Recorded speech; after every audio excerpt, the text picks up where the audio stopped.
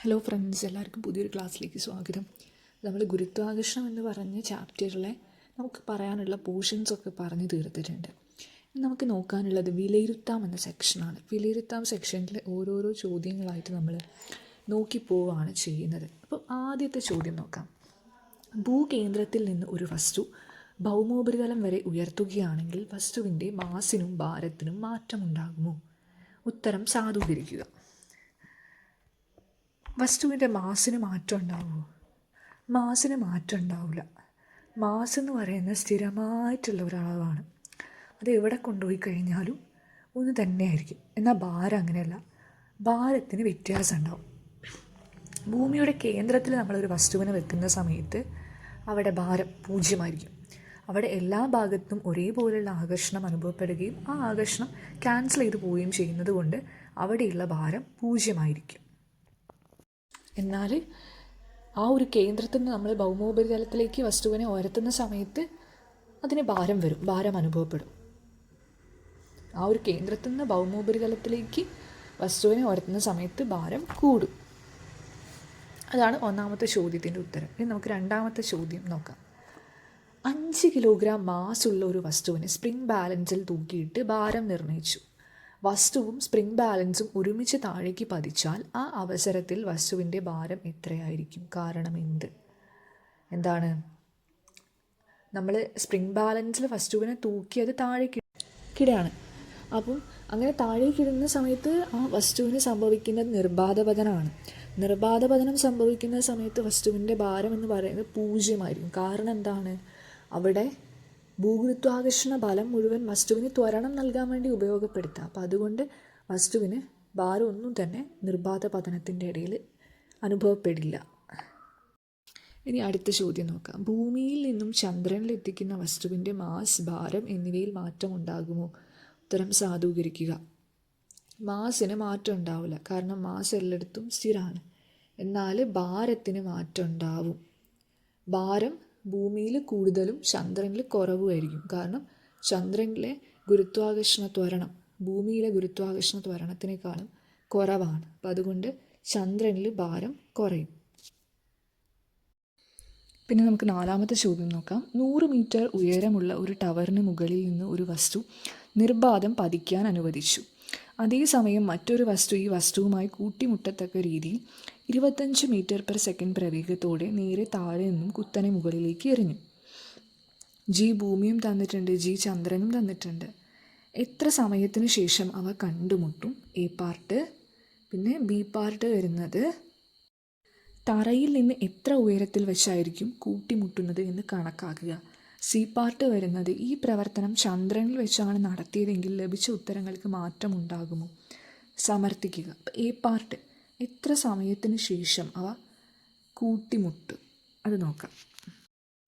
ഇവിടെ ഹൈറ്റ് 100 മീറ്ററാണ്. അപ്പം മുകളിൽ നിന്ന് താഴേക്കൊരു വസ്തു വീഴുന്നുണ്ട്, താഴെ നിന്ന് മുകളിലേക്കൊരു വസ്തു എറിയുന്നുണ്ട്. അപ്പം അത് രണ്ടും കൂട്ടിമുട്ടുന്ന പോയിൻ്റ് വരെ താഴെ നിന്ന് എറിയുന്ന വസ്തുവിനുണ്ടാകുന്ന സ്ഥാനാന്തരം നമ്മൾ എക്സ് ആയിട്ട് എടുക്കുക. മുകളിൽ നിന്ന് താഴേക്ക് വീഴുന്ന വസ്തുവിനുണ്ടാകുന്ന സ്ഥാനാന്തരം അപ്പം എന്ന് പറയുന്നത് മൊത്തം 100, താഴെ നിന്ന് എറിയുന്ന വസ്തുവിൻ്റെ എക്സ് അപ്പം 100 - x ആയിരിക്കും മുകളിൽ നിന്ന് താഴേക്ക് വീഴുന്ന വസ്തുവിനുണ്ടാകുന്ന സ്ഥാനാന്തരം. അപ്പോൾ മുകളിലുള്ള വസ്തുവിൻ്റെ കാര്യം ആദ്യം പരിഗണിക്കുക. ആദ്യ പ്രവേഗം 0 ജി 10 +10 താഴേക്കാണ് വീഴുന്നത്. പിന്നെ നമുക്ക് S = ut + ½ at² എന്ന് പറയുന്ന ഇക്വേഷനിൽ ഇത് സബ്സ്റ്റിറ്റ്യൂട്ട് ചെയ്ത് കൊടുക്കാം. ഈ വസ്തുവിൻ്റെ കേസിൽ എസ് സ്ഥാനാന്തരം എന്ന് പറയുന്നത് 100 - x ആണ്, = u0. അപ്പം 0 × t + ½ × 10 × t². ഇവിടെ നമ്മൾ a + 10 എടുത്തത്. കാരണം എന്താ? ഭൂഗുരുത്വാകർഷണ ബലത്തിൻ്റെ ദിശ താഴേക്കാണ്, വസ്തു വീഴുന്ന ദിശയും താഴേക്കാണ്. രണ്ടും ഒരേ ദിശയായതുകൊണ്ട് നമ്മൾ ജി അല്ലെങ്കിൽ എൻ്റെ മൂല്യം പോസിറ്റീവായിട്ടെടുക്കും × t². ആ t² നമുക്ക് കണ്ടുപിടിക്കണം. എന്നിട്ട് അതിനെ സിംപ്ലിഫൈ ചെയ്ത് എഴുതാം. 100 - x = 5t² എന്ന് നമുക്ക് കിട്ടും. അത് ഇക്വേഷൻ 1. നമ്മൾ അടുത്ത വസ്തുവിനെ പരിഗണിക്കുക. താഴെ നിന്നും മുകളിലേക്ക് എറിഞ്ഞ വസ്തുവിനെ പരിഗണിക്കുക. ആ വസ്തുവിൻ്റെ കേസിൽ ആദ്യ പ്രവേഗം എന്ന് പറയുന്നത് 25 മീറ്റർ/സെക്കൻഡ് ആണ്. ജി നമ്മൾ -10 എടുക്കേണ്ടത്, കാരണം വസ്തുവിനെ മുകളിലേക്കാണ് അറിയുന്നത്. ഭൂഗുരുത്വാകർഷണ ബലത്തിൻ്റെ ദിശയും വസ്തു പോകുന്ന ദിശയും നേരെ ഓപ്പോസിറ്റാണ്. അതുകൊണ്ട് നമ്മൾ ജി -10 എടുക്കണം. പിന്നെ നേരത്തെ പോലെ തന്നെ S=UT + ½ AT² ഇക്വേഷനിൽ നമ്മളെ കയ്യിലുള്ള കാര്യങ്ങളൊക്കെ കൊടുക്കുക. x ആണ്. x=25t - ½ × 10 × t². ഇവിടെ -10 എടുക്കുന്നത്, അതുകൊണ്ടാണ് അവിടെ മൈനസ് വന്നിട്ടുള്ളത്.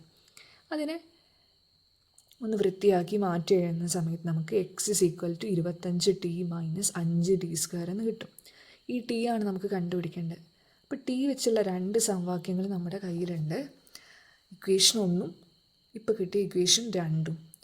ഇനി 2 ഇക്വേഷൻ കൂടെ നമ്മൾ അങ്ങോട്ട് കൂട്ടുക. നമ്മൾ കൂട്ടുന്ന സമയത്ത് 100 - x = 5t² + x = 25t - 5t², രണ്ടും കൂടെ കൂട്ടുക. അപ്പോൾ ഇടതുവശം നോക്കുകയാണെങ്കിൽ എക്സും ക്യാൻസൽ ചെയ്ത് പോകും. അപ്പോൾ 100 കിട്ടുക. വലതുവശം നോക്കുകയാണെങ്കിൽ 5t² 5t² ക്യാൻസൽ ചെയ്ത് പോകും. 5t² ± 5t² 0. അപ്പോൾ 100 = 25t എന്ന് നമുക്ക് കിട്ടും. അപ്പം അതിൽ നിന്ന് ടീൻ്റെ മൂല്യം നമ്മൾ കണ്ടുപിടിക്കുക. t = 100 / 25 = 4. അപ്പം 4 സെക്കൻഡ് എന്ന് കിട്ടും. അപ്പം 4 സെക്കൻഡ് ടൈം കഴിഞ്ഞതിന് ശേഷമായിരിക്കും മുകളിൽ നിന്ന് വരുന്ന വസ്തുവും താഴെ നിന്ന് വരുന്ന വസ്തുവും കൂട്ടിമുട്ടുന്നുണ്ടാവുക. ഇനി അതിൽ രണ്ടാമതായിട്ട് കണ്ടുപിടിക്കാൻ പറഞ്ഞിട്ടുള്ളത് 2 വസ്തുക്കളും കൂട്ടിമുട്ടുന്ന ഉയരമാണ്. 2 വസ്തുക്കളും കൂട്ടിമുട്ടുന്ന ഉയരം എന്ന് പറയുന്നത് x അല്ലേ. തറയിൽ നിന്ന് നോക്കുന്ന സമയത്ത് x എന്നുള്ള ഉയരത്തിലല്ലേ 2 വസ്തുക്കളും കൂട്ടിമുട്ടുന്നത്. x എന്നുള്ള സമവാക്യം നമ്മുടെ കയ്യിലുണ്ട്. അപ്പം അത് വെച്ച് നമുക്ക് കണ്ടുപിടിക്കാം. x = 25t - 5t².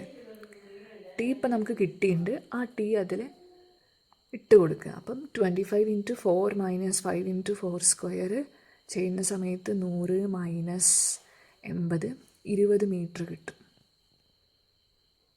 20 മീറ്റർ ഉയരത്തിൽ വെച്ചാണ് 2 വസ്തുക്കളും തമ്മിൽ കൂട്ടിമുട്ടുക. ഇനി അതിൽ വരുന്ന മൂന്നാമത്തെ ചോദ്യം, ഈ പ്രവർത്തനം നമ്മൾ ചന്ദ്രനിൽ വെച്ചാണ് നടത്തുന്നതെങ്കിൽ ഉത്തരങ്ങൾക്ക് മാറ്റം ഉണ്ടാവും. കാരണം ചന്ദ്രനിൽ ജീൻ്റെ മൂല്യത്തിന് വ്യത്യാസമുണ്ട്, ഭൂഗുരുത്വാകർഷണ ബലത്തിന് വ്യത്യാസമുണ്ട്. അപ്പം അതൊക്കെ ഇതിനെ സ്വാധീനിക്കുന്നുണ്ട്. സമയത്തിനെയും ഉയരത്തിനെയും ഒക്കെ അത് സ്വാധീനിക്കുന്നുണ്ട്. അപ്പോൾ അതുകൊണ്ട് തന്നെ വ്യത്യാസം ഉണ്ടാവും. നമ്മളിങ്ങനെ ഇതേപോലെ ചെയ്തു കഴിഞ്ഞാൽ മറ്റൊരു ഉത്തരമായിരിക്കും കിട്ടുക. ഇനി അടുത്ത ചോദ്യം നോക്കാം. ചന്ദ്രോപരിതലത്തിൽ ഗുരുത്വാകർഷണ ബലം ഭൂമിയിലേതിൻ്റെ ഏകദേശം 1/6 ആണ്. എ 10 കിലോഗ്രാം മാസുള്ള വസ്തുവിൻ്റെ ഭൂമിയിലെ ഭാരം എത്രയായിരിക്കും? ബി ഈ വസ്തു ചന്ദ്രോപരിതലത്തിൽ എത്തിച്ചാൽ അതിൻ്റെ മാസ് എത്ര, ഭാരം എത്ര? അപ്പം 10 കിലോഗ്രാം മാസുള്ള വസ്തുവിൻ്റെ ഭൂമിയിലെ ഭാരം കണ്ടുപിടിക്കാനുള്ള സമവാക്യം mg ആണ്. Mass 10 × g 9.8. അപ്പോൾ 98 എന്ന് കിട്ടും. യൂണിറ്റ് എന്ന് പറയുന്നത് ന്യൂട്ടൺ. ഇനി ഈ വസ്തുവിനെ ചന്ദ്രോപരിതലത്തിൽ എത്തിച്ചാൽ മാസ് 10 കിലോഗ്രാം തന്നെയാണ്. മാസിൽ വ്യത്യാസം ഉണ്ടാവില്ല.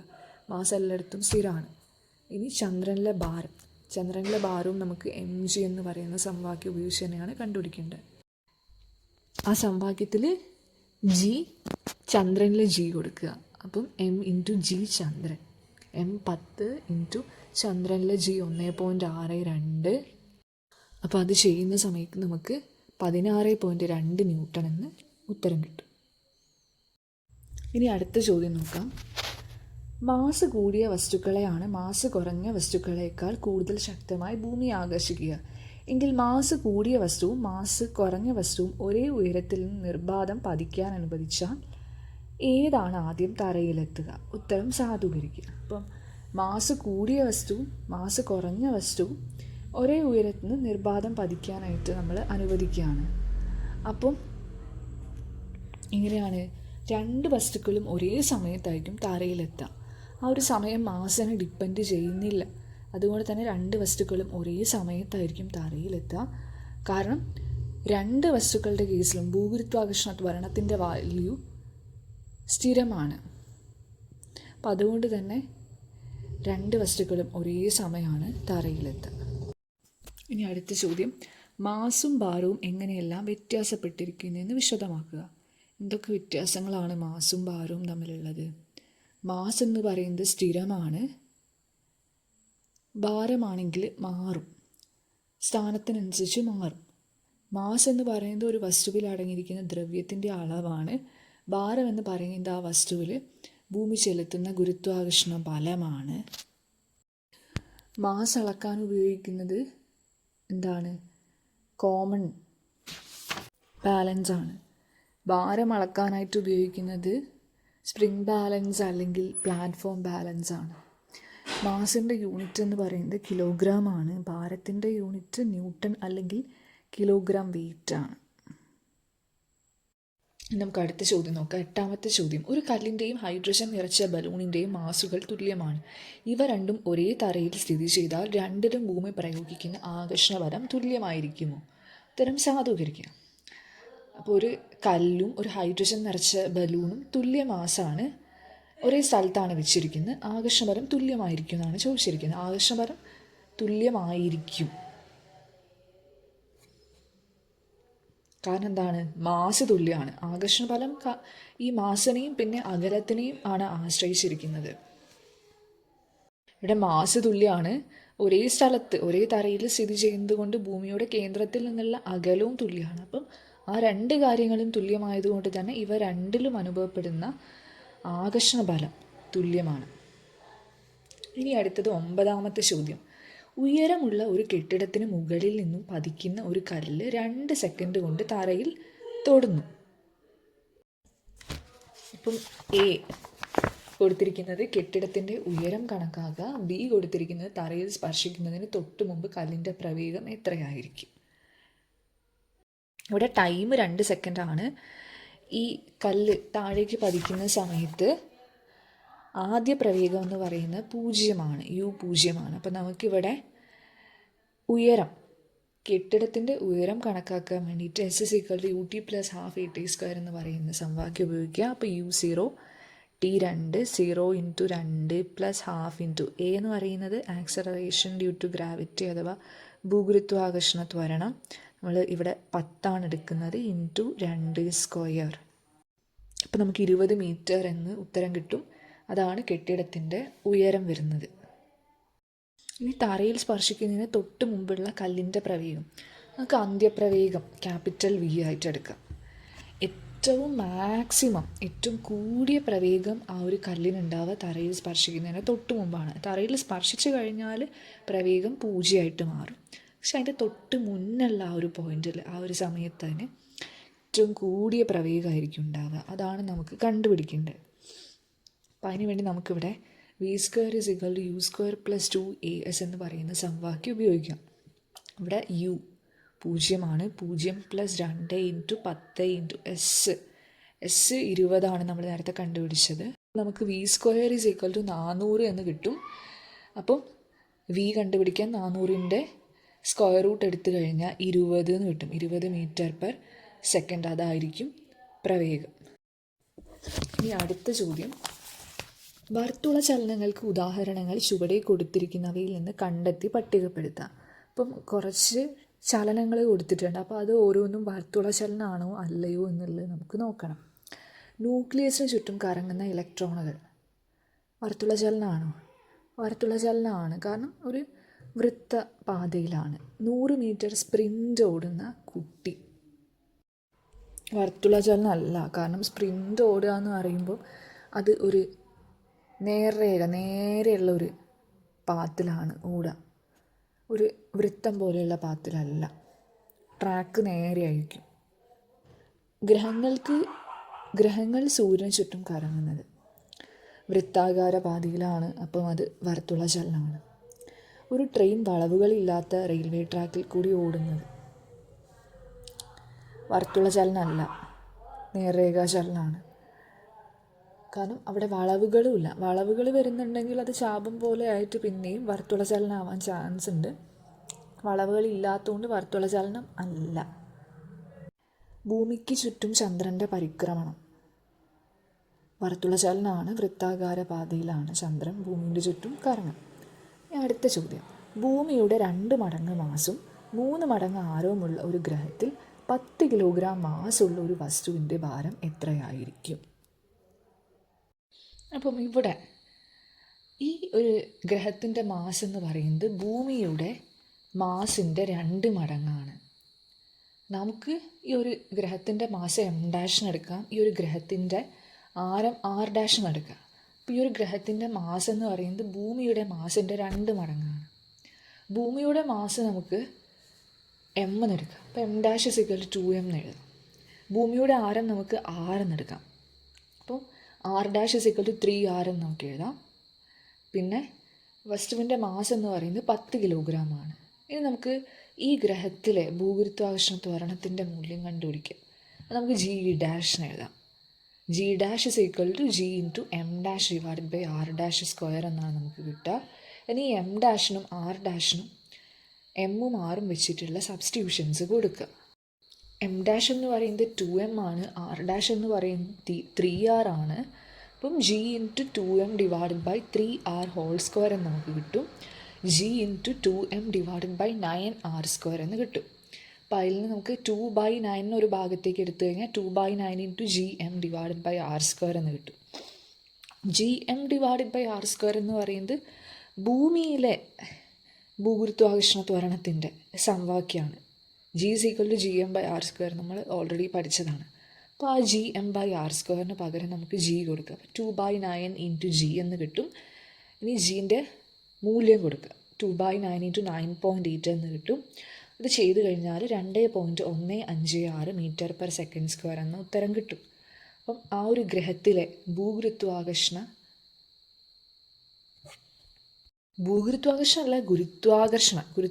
ത്വരണം ഭൂമിയുടേതാവുന്ന സമയത്താണ് നമ്മൾ ഭൂഗുരുത്വാകർഷണ ത്വരണം എന്ന് പറയുക. അല്ലാത്ത കേസിൽ ഗുരുത്വാകർഷണ ത്വരണം എന്നാണ് പറയുക. അപ്പം ഈ ഒരു ഗ്രഹത്തിൻ്റെ കേസിൽ ഗുരുത്വാകർഷണ ത്വരണം 2.156 കിട്ടുക. ഇനി നമുക്ക് ഈ ഗ്രഹത്തിലെ ഭാരം കണ്ടുപിടിക്കണം. അത് നമുക്ക് mg' എന്ന് പറയുന്ന ഇക്വേഷൻ ഉപയോഗിച്ച് കണ്ടുപിടിക്കുക. അപ്പോൾ 10 × 2.156 21.56 ന്യൂട്ടൺ എന്ന് ഉത്തരം കിട്ടും. ഇനി അടുത്ത ചോദ്യം. ഭൂമിയുടെ 1/4 ആരമുള്ള ഒരു ഗ്രഹത്തിൻ്റെ മാസ് ഭൂമിയുടെ മാസിൻ്റെ പകുതിയാണെങ്കിൽ അതിലെ ഗുരുത്വാകർഷണ ത്വരണം ഭൂമിയുടേതിൻ്റെ എത്ര മടങ്ങായിരിക്കും? അപ്പം ആരമെന്ന് പറയുന്നത് ഭൂമിയുടെ ആരത്തിൻ്റെ 1/4 അപ്പം R'=1/4R എന്ന് എഴുതാം. മാസ് എന്ന് പറയുന്നത് ഭൂമിയുടെ മാസിൻ്റെ പകുതിയാണ്. അപ്പം M'=M/2 എന്ന് എഴുതാം. G' ഈ ഒരു ഗ്രഹത്തിൻ്റെ ഗുരുത്വാകർഷണ ത്വരണം എങ്ങനെയാണ് കാണുക? GM'/R'². അതാണ്. ഇനി നമുക്ക് M'-നും R' സബ്സ്റ്റിറ്റ്യൂഷൻ കൊടുക്കാം. അപ്പം G*M/2/1/4R² എന്ന് കിട്ടും. അപ്പം അത് ചെയ്യുന്ന സമയത്ത് കിട്ടുക GM/2/R/4² ചെയ്യുന്ന സമയത്ത് R²/16 എന്ന് കിട്ടും. അപ്പം 2ഉം 6ഉം കൂടെ കട്ട് ചെയ്യുമ്പോൾ നമുക്ക് 8 എന്ന് കിട്ടും. 8 മുകളിലേക്ക് പോവും. അപ്പം 8 × GM/R² എന്ന് കിട്ടും. GM/R² എന്ന് പറയുന്നത് ഭൂമിയുടെ ഗുരുത്വാകർഷണ ത്വരണമാണ്. അപ്പം ഭൂമിയുടെ ഗുരുത്വാകർഷണ ത്വരണത്തിൻ്റെ 8 മടങ്ങാണ് ഈ ഗ്രഹത്തിൻ്റെ ഗുരുത്വാകർഷണ ത്വരണം എന്ന് ഇതിൽ നമുക്ക് കിട്ടും. ഇനി അടുത്ത ചോദ്യം. നിർബാധം പതിക്കുന്ന ഒരു വസ്തു ഭൂമിയിൽ നിശ്ചിത ഉയരം പതിക്കാൻ 50 സെക്കൻഡ് എടുത്തു. ഇതേ വസ്തു ഭൂമിയുടെ 2 മടങ്ങ് ആരവും 2 മടങ്ങ് മാസമുള്ള മറ്റൊരു ഗോളത്തിൽ ഇതേ ഉയരത്തിൽ നിന്നും പതിക്കാൻ എത്ര സമയമെടുക്കും? അപ്പോൾ ഇവിടെ നമുക്ക് നൽകിയിരിക്കുന്നത് ഒന്ന് ഭൂമിയിലെ സമയമാണ് 50 സെക്കൻഡ്. പിന്നെ ആ ഒരു ഗോളത്തിൻ്റെ ആരം എന്ന് പറയുന്നത് ഭൂമിയുടെ ആരത്തിൻ്റെ 2 മടങ്ങാണ്. ഗോളത്തിൻ്റെ ആരം R'. അപ്പോൾ R'=2R എന്ന് നമുക്ക് എഴുതാൻ പറ്റും. ആ ഒരു ഗോളത്തിൻ്റെ മാസ് എന്ന് പറയുന്നത് ഭൂമിയുടെ മാസിൻ്റെ 2 മടങ്ങാണ്. അപ്പം M'=2M എന്ന് നമുക്ക് എഴുതാൻ പറ്റും. ഇനി ആ ഒരു ഗോളത്തിലെ ഗുരുത്വാകർഷണ ത്വരണത്തിൻ്റെ മൂല്യമാണ് നമ്മൾ ആദ്യം കണ്ടുപിടിക്കേണ്ടത്. അപ്പോൾ ആ ഒരു ഗോളത്തിലെ ഗുരുത്വാകർഷണ ത്വരണം G'=GM'/R² ആർ ഡാഷ് സ്ക്വയർ എന്ന് എഴുതാം. ഇനി എം ഡാഷിനും ആർ ഡാഷിനും നമുക്ക് എമ്മിൻ്റെയും ആറിൻ്റെയും ടേംസിലുള്ള സബ്സ്റ്റിറ്റ്യൂഷൻസ് കൊടുക്കാം. അപ്പം capital G into 2m divided by 2r whole square എന്ന് കിട്ടും. അപ്പോൾ അത് മുകളിൽ 2 താഴെ 2 സ്ക്വയർ 4 വരും. അപ്പം 2ഉം 4ഉം കൂടെ ക്യാൻസൽ ചെയ്യുന്ന സമയത്ത് താഴെ 2 വരും. അപ്പോൾ half into G M by R square എന്ന് കിട്ടും. G M by R square എന്ന് പറയുന്നത് ജി ആണ്. അപ്പോൾ G dash is equal to G by 2 എന്ന് നമുക്ക് കിട്ടും. ഇനി നമ്മൾ ചെയ്യാൻ പോകുന്നത് ഉയരം അഥവാ സ്ഥാനാന്തരത്തിൻ്റെ സമവാക്യം എഴുതാണ്. രണ്ട് കേസിലും ഉയരം അല്ലെങ്കിൽ സ്ഥാനാന്തരത്തിൻ്റെ സമവാക്യം നമ്മൾ എഴുതും. ഇപ്പം ആദ്യം ഭൂമിയിൽ S is equal to U T plus half A T square എന്ന് പറയുന്നത് സമവാക്യം നമുക്ക് ഉപയോഗിക്കാം. യു 0 ആണ് into 50 plus half into 10 into 50 square.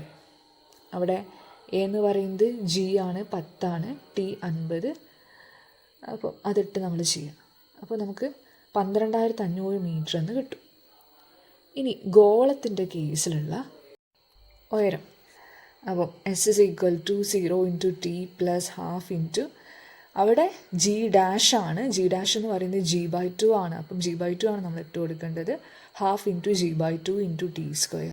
അപ്പം ഇനി നമ്മൾ അതിൽ ജി ബൈ 2 എന്ന് പറയുമ്പം അതിൽ ജിക്ക് 10 എന്നുള്ള വാല്യൂ കൊടുക്കുക. അപ്പോൾ half into 10/2 into T square എന്ന് കിട്ടും. അത് ചെയ്യുമ്പോൾ 10/4 ഇൻറ്റു ടി സ്ക്വയർ എന്ന് കിട്ടും.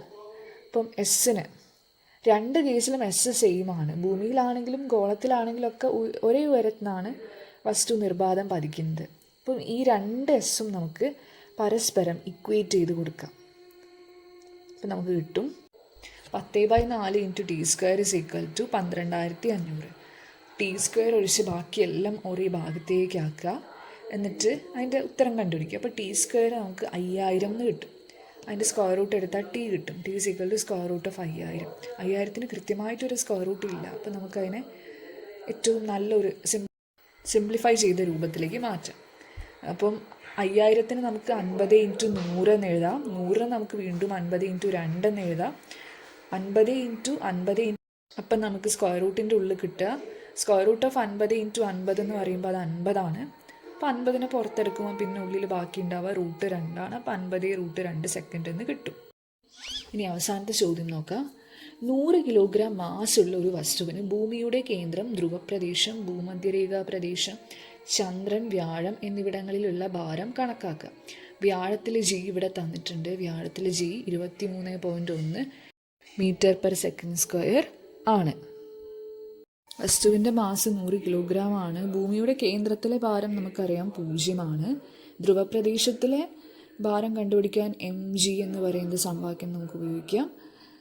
അപ്പം എം എന്ന് പറയുന്നത് 100 ഇൻറ്റു ധ്രുവപ്രദേശത്ത് ജി 9.83. അപ്പോൾ അത് ചെയ്യുന്ന സമയത്ത് 983 ന്യൂട്ടൺ എന്ന് കിട്ടും. ഇനി ഭൂമധ്യരേഖ കണ്ടുപിടിക്കാൻ വേണ്ടിയിട്ട് നമുക്ക് എം ജി ഉപയോഗിക്കാം. അപ്പം 100 ഇൻറ്റു ഭൂമധ്യരേഖയിലെ ജി 9.73 ചെയ്യുമ്പം 973 ന്യൂട്ടൺ കിട്ടും. ഇനി ചന്ദ്രനിലാണെങ്കിൽ എം ജി എന്നുള്ള സമവാക്യത്തിൽ ജി ചന്ദ്രനാണ് കൊടുക്കേണ്ടത്. അപ്പോൾ 100 ഇൻറ്റു ജി ചന്ദ്രൻ എന്ന് പറയുന്നത് 1.62 ചെയ്യുമ്പോൾ നമുക്ക് 162 ന്യൂട്ടൺ ഉത്തരം കിട്ടും. ഇനി വ്യാഴത്തിലത് കണ്ടുപിടിക്കാൻ എം ഇൻറ്റു ജി വ്യാഴം. അപ്പോൾ അവിടെ വ്യാഴത്തിലെ ഗുരുത്വാകർഷണ ത്വരണമാണ് കൊടുക്കേണ്ടത്. അത് 23.1 ആണ്. അപ്പോൾ 100 ഇൻറ്റു 23.1 ചെയ്യുമ്പോൾ 2310 ന്യൂട്ടൺ എന്ന് കിട്ടും. അപ്പം ഇത്രയുമാണ് ഗുരുത്വാകർഷണം എന്ന് പറയുന്ന ചാപ്റ്ററിൽ പറയാനുള്ളത്. നമ്മൾ വിലയിരുത്താം സെക്ഷൻ ഫുള്ളായിട്ട് പറഞ്ഞിട്ടുണ്ട്.